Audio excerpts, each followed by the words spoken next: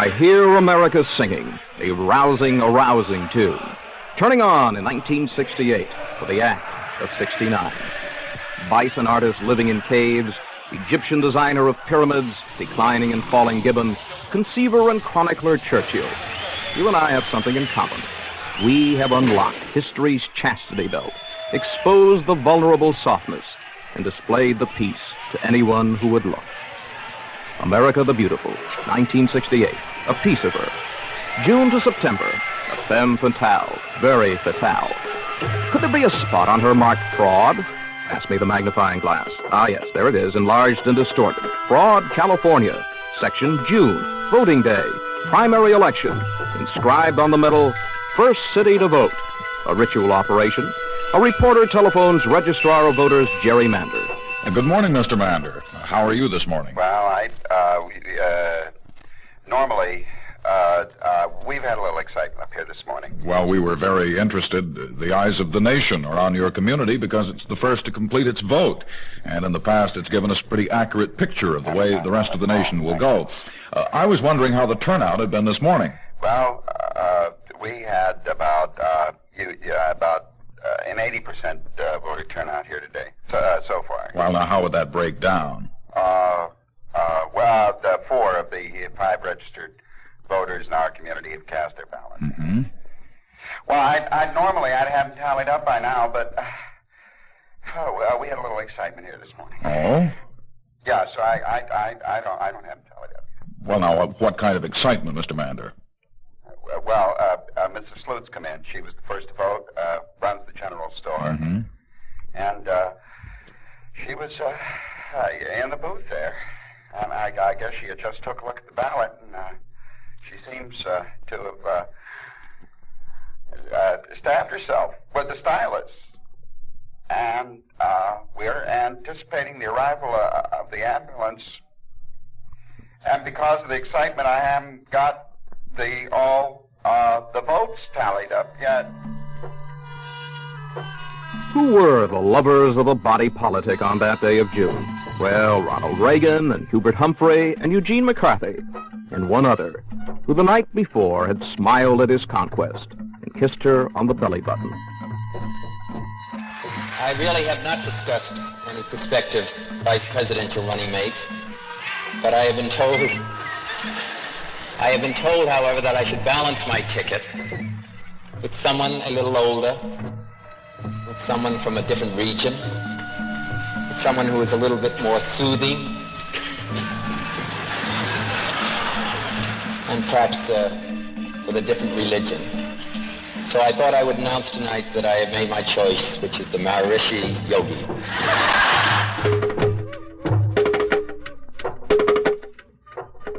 Meditate transcendentally, contemplate, focus on this moment of infinity, this absurd moment.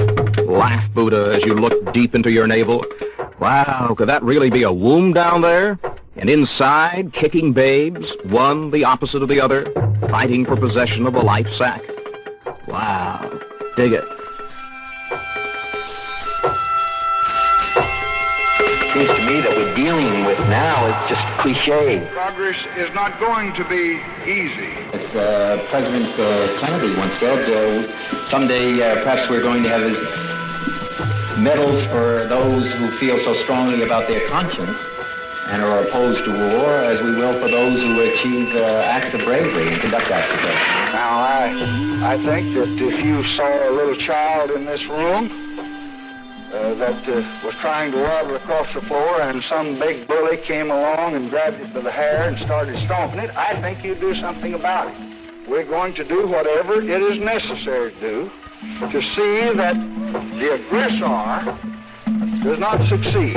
I think that what we're doing at the present time in Vietnam is a mistake. I think the course that we're following is error. We've got the finest, the mightiest, the happiest nation in all the world.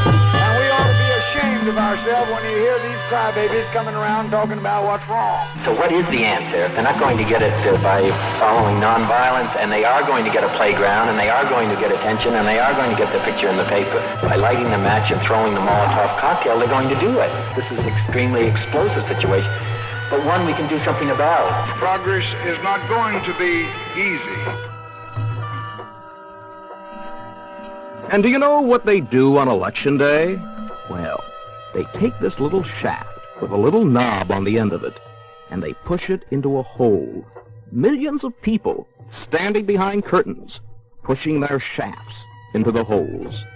Pardon me, sir. I couldn't help but notice that you were waiting outside this polling place. Have you been waiting in line long this morning? No, I'm not waiting to vote. I'm waiting for the bars to open. Well, they closed the bars on Election Day, and that's a violation of my human rights and dignity. Well, then you feel that the closing of the bars on Election Day would violate the rights of someone who considers himself a serious drinker? There's nobody as serious a drinker as those fellas are serious candidates. I got so damn mad last year I went in and I wrote in Johnny Walker on the ballot, but this year I'm not even going to protest it to that extent even. Well, now, have you been examining the issues and candidates this year?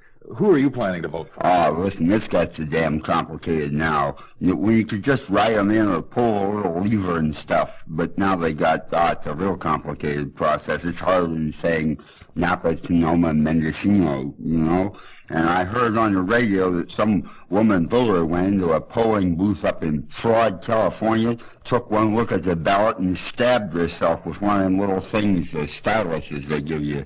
So I'm not even going to mess around with that. The act is completed. Rest now. Conceive. Conceive if you dare. Conceive? Who? Me? What have you done to me? No, I cannot conceive. I'm not ready. My friends will reject me, ridicule me, abort me quick.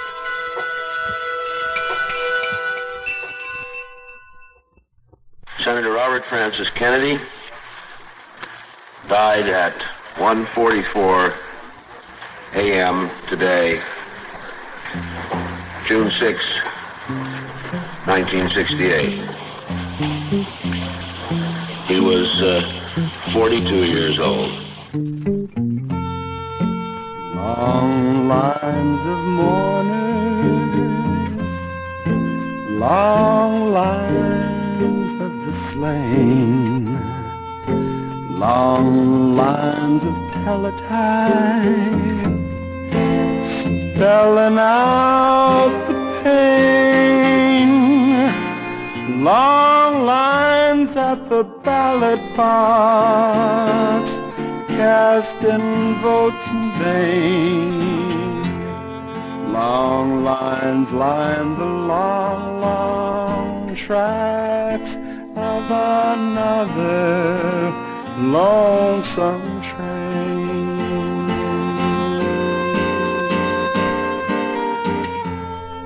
Long lines of division lengthened by the gun, multiply the weight of hate.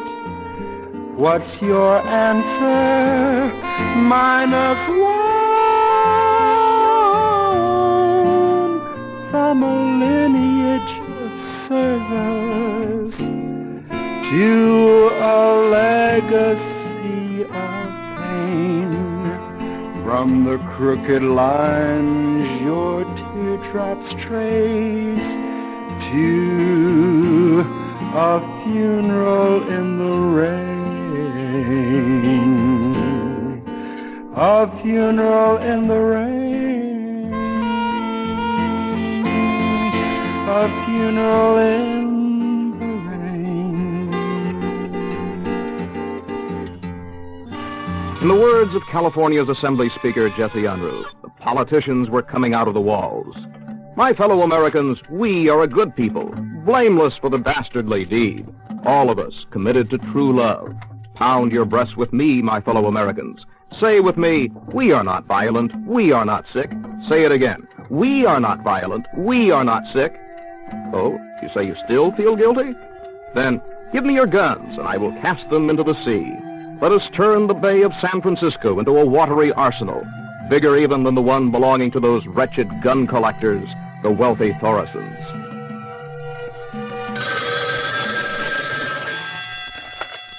Mayor Alioto's office.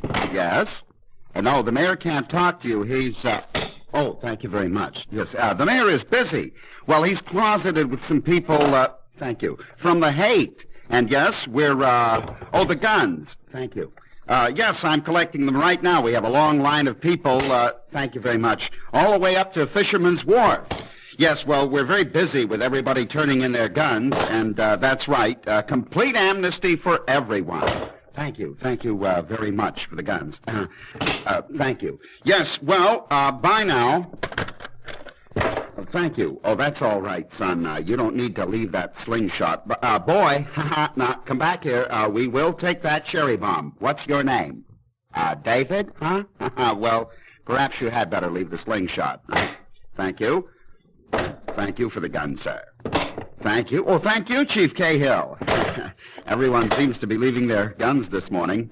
Oh, thank you, Governor. That's a lovely set of tooled holsters. You going to keep those? Oh, thank you very much. Yes, thank you. Oh, that's a lovely rusty Luger you have there, sir. What? Oh, Mr. Borman. They've been looking for you. Doc Shane. Oh, yes, complete amnesty, yes.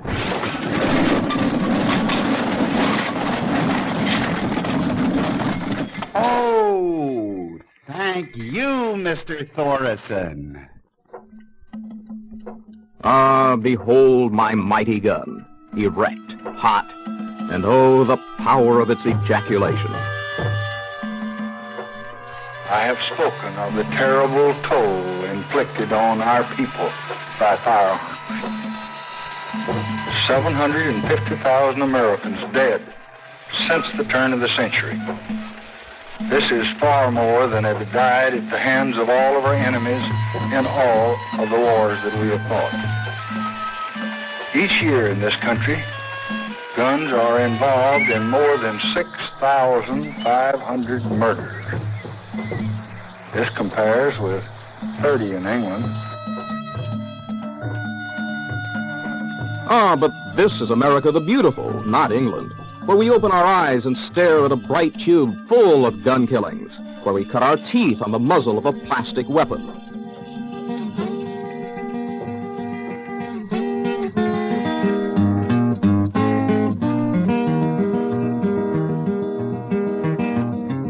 I want to keep my kid from being poisoned by violence, if you know what I mean. And I think you do, because you've all seen all that violence we see on TV and our movie screens.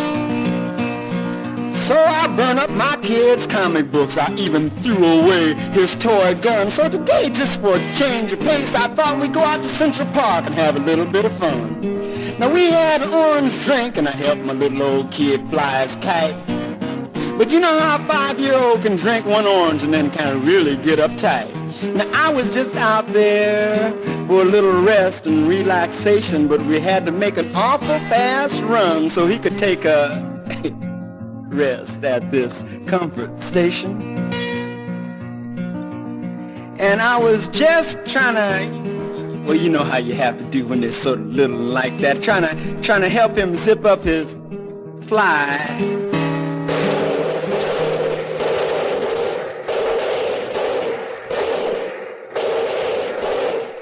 When violence came and hit him in the eye. Now I think from now on, just for his and my own good, I'm gonna let him take his rest out in the wood. Giddy up, Daddy Horsey. Hi-yo, Silver. What is this silver bullet? What, you cowboy movie star? You say you will hang up your guns? You say movie westerns contribute to the wrong image of gun use? Bet you'll even start kissing girls now.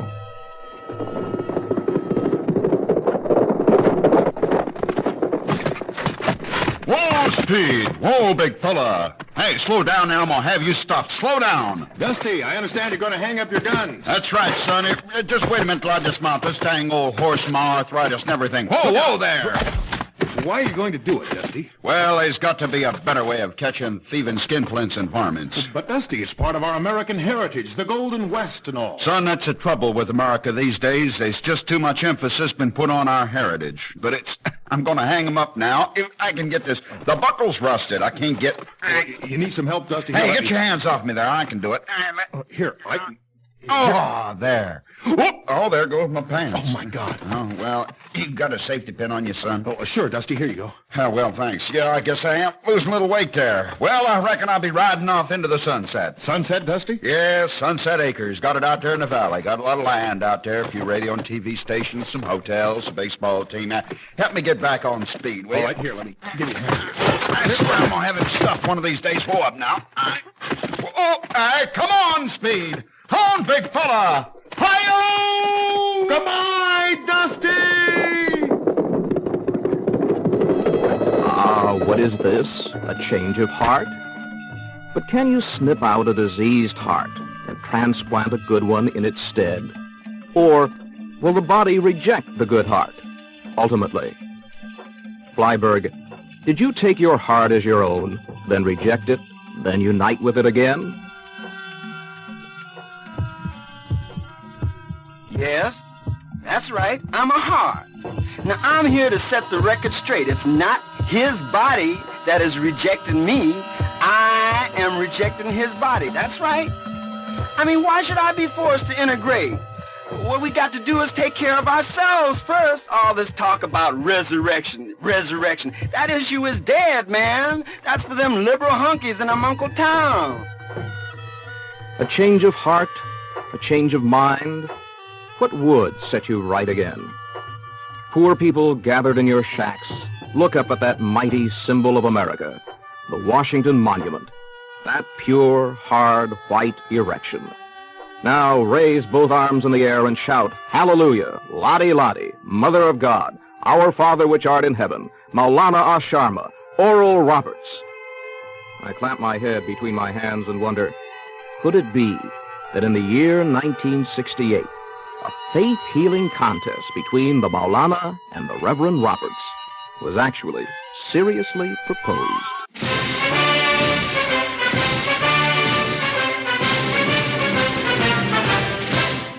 And now it's time for Faith Healing, live from Nairobi City Auditorium with your host, Dick Kenyatta.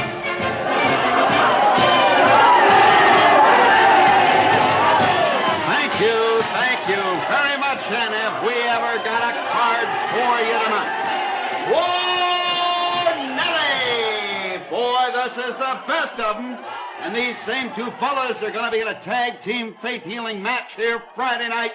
Remember now, there's no TV on this event, so call for your tickets right now, Mombasa 97151. That's MO 97151, and there's plenty of operators standing by. And don't forget the girl faith healers and the midgets will be here Friday too. And we'll have more about that big faith healer tag team in just a minute. But now I see they're ready for tonight's event. So let's go down to the ring and my good friend Jomo Lennon. All right, faith fans, coming up now, the main event of the evening for the Faith Healing Championship of the World. And now being helped into the ring, 50 incurably ill sickies from Addis Ababa, Khartoum, Uganda, Tanzania, and Washington, D.C.